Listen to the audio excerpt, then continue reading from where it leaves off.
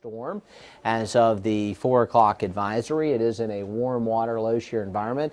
We also have Gonzalo in the Atlantic to talk about, as well as abundant rain chances, and certainly the lead would be the high risk of rip currents along our area beaches as a result of tropical depression number 8, which is moving away from us. It's headed over into Texas, but we are getting some impacts. You may have noticed today that we had gusty winds across the area and abundant showers in the area. We're going to continue to see weather that's going to be real similar for about the next day or two as this system pulls to the west. It's going to leave a moist plume of moisture in our direction. So first want to take a look outside right now. This is the I-10 Bayway and Causeway area. And we do have some clouds mixed in with some breaks in the clouds. And the showers are on and off as these rain bands are spiraling around a tropical system. Okay, here is a look at that feature. This is tropical depression number 8. It's in the Gulf of Mexico, and it is making progress towards the west. And the center is going to be located right in through there. We're up here. We're on the far outer edges of it. It's going away from us. But we've been noticing this, especially on the west side of the center, and even on the east side of the center too, starting to get a much better presentation as far as cloud tops here. So this thing's getting organized. It's so broad in nature, it takes a while for it to spin into something. So that's why it's taking its time getting organized. I'm going to back it up one frame just to kind of give you some perspective on the two systems that are active that we're tracking. There is Gonzalo, and then here is tropical depression number 8. So Gonzalo is in the Atlantic. It's not having any impact on us right now. What's ahead for tropical depression number 8? It's likely going to become Tropical Storm Hannah, and it'll be heading towards Texas over water temperatures running about 85 degrees. So this is warm enough water in the Gulf to promote tropical development there. Here is the official stuff from the National Hurricane Center on TD8. We will be getting an update on this on Fox 10 News at 4. Top of the 4, we're going to come in with the latest on 8. We should have an update from NHC, from the National Hurricane Center then, so I'll have more for you on this. And the track is pretty straightforward as it's being steered by the ridge, and you know that ridge builds in a little stronger. That's going to kick it back off towards the west and then the west-southwest. And landfall along the Texas coast as a mid-grade tropical storm. Certainly by far the biggest threat with this is going to be the rip currents, the rough surf, and then also along the Texas coast some very heavy rainfall as this thing slows down.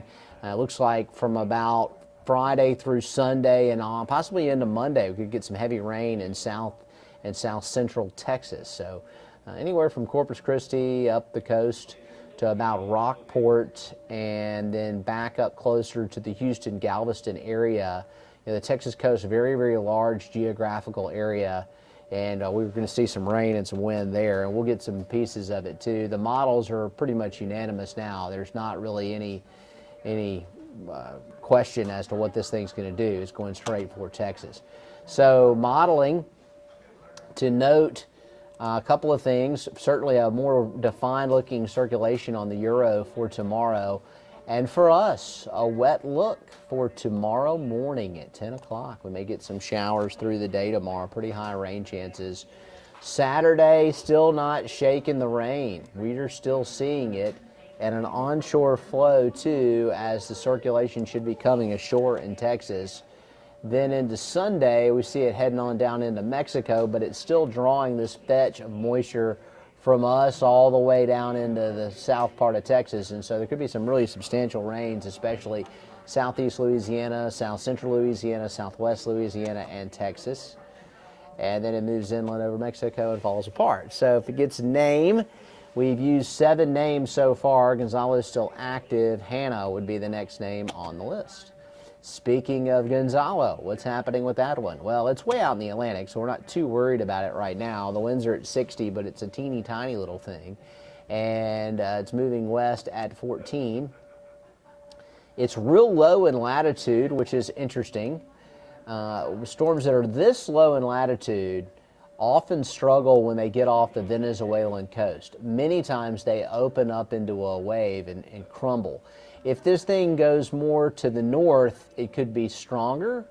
If it takes more of a center or southern side of this track, then it could be weaker. And the National Hurricane Center forecast has it as a 45-mile-per-hour tropical storm around Jamaica on Tuesday.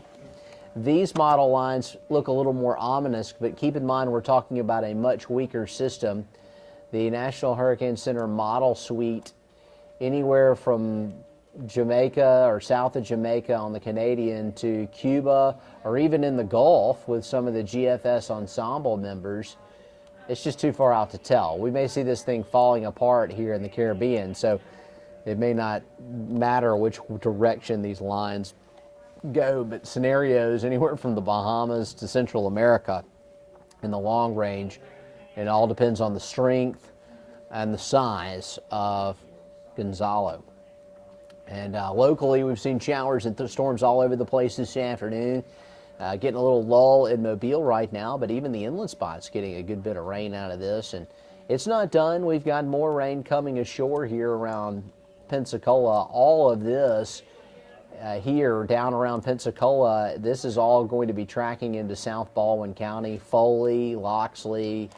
You know, we're going to get more rain coming back in. A lot of that's going to get pulled back up into the Mobile metro area, so we have an opportunity to get some rain there.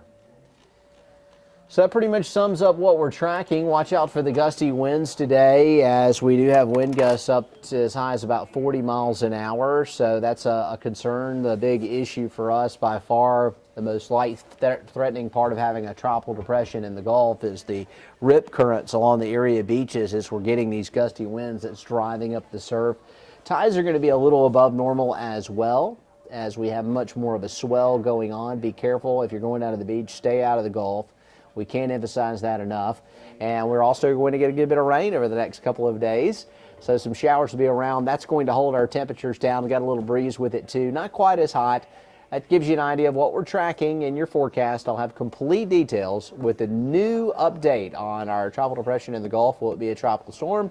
Big advisory coming down from the National Hurricane Center at 4 o'clock. We'll have the details then.